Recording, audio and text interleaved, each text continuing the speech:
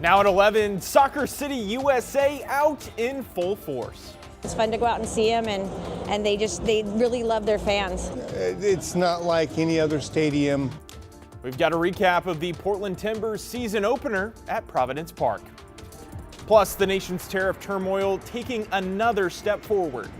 And so we believe that we should get our money back quickly. How lawmakers and the president are responding to the Supreme Court's ruling. And Team USA continues going for gold and setting a new record in the process. The latest in some of the final events of the Winter Olympics.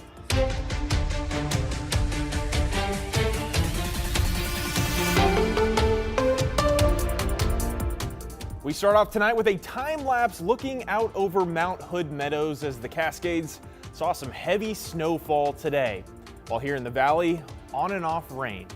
Thanks so much for joining us here at 11. I'm John Adams. Meteorologist Joe Ranieri is joining us with a first look at the forecast. Hey Joe, what can people expect tomorrow? It's going to be a wet day. There's a little window where it will be dry. That'll be the later part of the afternoon. But you saw that time lapse video. Well, here's what we're picking up right now outside Timberline Lodge with a temperature of 27 degrees. Yeah, the east wind's picking up. You also see those breezy gusts up to about 25 miles an hour. Tonight, rain showers will pick up really after midnight. Tomorrow, rain showers a good portion of the day, but average temperatures. And as we head into next week, we'll be looking at an atmospheric river that moves in Monday. Basically, most of the day on Monday is going to be absolutely wet, and I'll talk more about that in detail in a few minutes. But looking into tomorrow, we'll look at temperatures by the 9 a.m. hour, 10 o'clock hour in the mid-40s. And as you can kind of see, it'll be a wet first part of the morning with some drier conditions a little bit in the afternoon. But I want to talk about that weather impact alert that's going to be on Monday. We're going to be looking at some heavy bands of rain from that atmospheric river. So we are going to be issuing a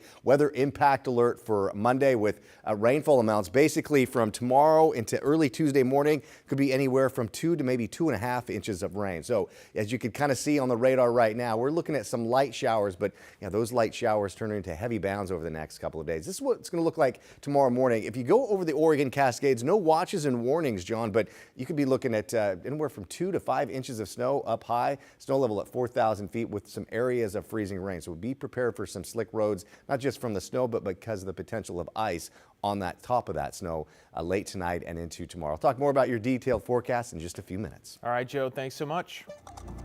New tonight out of Washington County, investigators are looking into what caused a large house fire that displaced a family of 5 and their pets.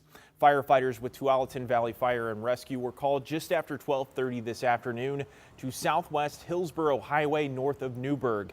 A 4-story log house was fully on fire and threatening trees and nearby buildings. With the help from other fire districts, they were able to put the fire out, but not before the roof of the home collapsed. Thankfully, no one was hurt. And in Portland, 4 people have been displaced after a fire in a home in the Brentwood-Darlington neighborhood. Portland Fire and Rescue started clearing the scene a little after 6 this morning. Firefighters got most of the fire out quickly, but clutter in the house made the response a little more difficult. The fire is also under investigation. Can't wait to see the Timbers back in action. We're going to take on Columbus. We're going to win it. Timbers fans were out in full force for tonight's home opener, which the Timbers came out on top, winning 3-2 over Columbus. Our Jake Coulter is joining us live in the studio with fan reaction from before the game. Hey, Jake. Yeah, hey, John. Fans were bundled up for the February opener, but the energy was electric as they awaited the first regular season game in months. And I always go home happy, and grateful that I got to experience it. Plenty of green and gold around Portland Saturday as fans headed out to the Timbers home opener. This is Chad Young's first time watching the Timbers kick off the season. I was actually waiting in line this morning for a wristband so that I could get in early and get up close and just to be able to hear the players. And it's just a whole vibe. It's fabulous. I just love it. Die-hard Timbers fans come in all forms. Friends Emmeline and Josephine have been coming to Timbers games since they were born. It's just really fun and exciting, and I get to be with my best friends. Yep. Season ticket holder Clark Holbrook doesn't miss a game. He's been grabbing a pregame dinner at Kel's with his friends for 7 years now. Most of us sit in the Army, and we scream and yell, and nobody sits down, and we chant and cheer. Newer fan Cesar Canal says the love runs deep in Soccer City, USA. I brought her to our first game, and then she fell in love with it, and I thought, I like soccer too, so why not?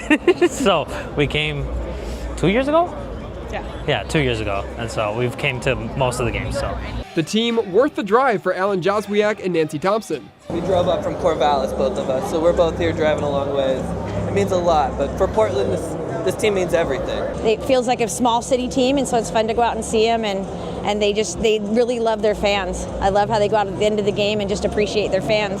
So you feel like you're part of the team and part of the game when you're out there. And the Timbers are back at home against Vancouver on March 7th.